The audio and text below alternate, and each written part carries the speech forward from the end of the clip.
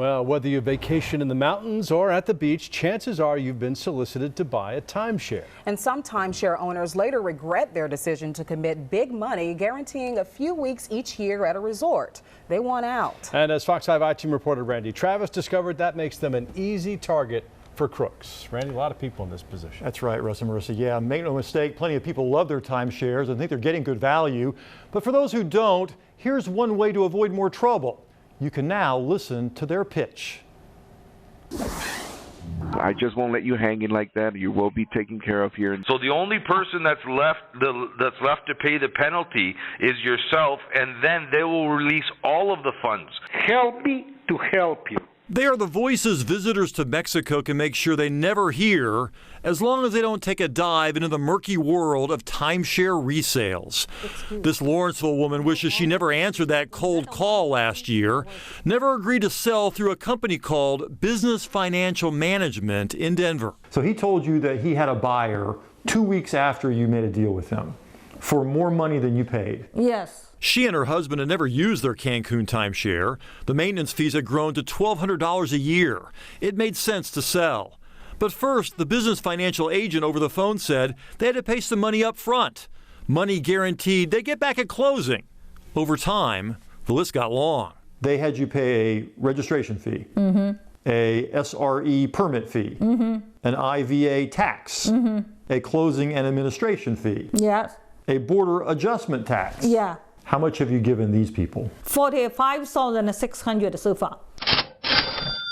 $45,600 to sell a $30,000 timeshare. That's ridiculous. It is ridiculous, but it's not unusual. In 2014, this Florida man was sentenced to 9 years in federal prison for running a resale scam. He ended up pocketing more than $700,000 from timeshare owners. And then just last summer, the Georgia Attorney General issued a warning after this website popped up aimed at convincing timeshare owners that their prepaid fees were safe and even protected by the state of Georgia. Well, it turns out the crooks had stolen a real company's name. This website has since disappeared. But others quickly appear in their place, like these slick sites for the companies our Lawrenceville woman dealt with. One in Denver, the escrow title company in New Jersey. I trust the people too much because I see the web page looks so nice. And yet hides so much. When our Fox affiliate in Denver visited Business Financial Services' address, they found a virtual office. Do you know where they are? I don't. Silverhawk Title has no license according to the New Jersey Banking and Insurance Commission. Their address is a virtual office too. We may not know where they are, but thanks to this victim, we know what they sound like. That money right now is getting looked at from the authorities in Mexico. When she realized she was being scammed, she started recording her phone conversations. She also filed this complaint with the Internet Crime Complaint Center, calling it international financial fraud. She listed the Mexican bank accounts the crooks were using and detailed the scam they had put together.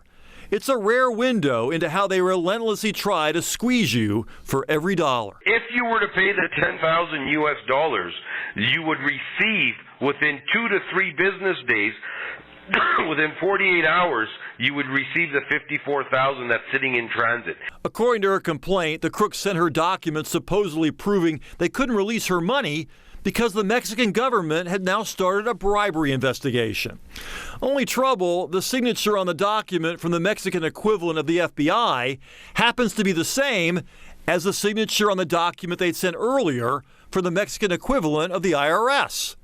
Adiós. You cannot trust the talking because they didn't do what they say. They were just going to town, just sticking things in there and seeing if they could trick someone into paying it. So many clients contacted Spencer McMullen. The Mexico-based attorney wrote a blog, hoping to warn future victims. He says those prepaid fees are either fabricated or ridiculously inflated. He blames the crooks and the Mexican banks for not vetting the people who open the accounts. There are only a handful of banks in Mexico, so if they start blocking these people of these characteristics, then they're going to have a hard time collecting money to further their scams. One thing our Lawrenceville woman did right, she fought back. Her internet crime complaint has clearly messed with their Mexican mojo. You remove the complaint, I can process the refund. You don't remove the complaint, I can't do anything more for you. Period. There's no other option. Just take the freaking complaint off and get your money back. Then now I get a big lesson. You learned your lesson. Yes, big lesson. Big lesson, don't wire money to people you've never met. Now, she's hoping federal authorities will investigate her case, but even if she can't get back her money, she's hoping those recordings will scare off other potential victims. So good for her, at least on that. I know, but tens of thousands of dollars. I hope she gets it back, but it doesn't sound like it's likely. What do you think? I don't think so either, Russ. I mean, I tried to find these people, emailed them, no surprise, no response. Right. They could be anywhere. They could be in Denver. They could be in Mexico. They could be in Canada. Anywhere where they can go online and use a computer and have a telephone and call people. They just go down a list, calling people who have timeshares and say, hey, are you interested in selling? And a lot of them say yes. Of course. And then they just slowly but surely take 1,000 or 2 out of you every couple of weeks to say it's because you're here in this country and the deal is in Mexico. So they have different rules in Mexico, and there's some people who believe that. Sadly, they lose a lot of money. More than they spent on their original timeshare. Right. My goodness. Thank you. Okay.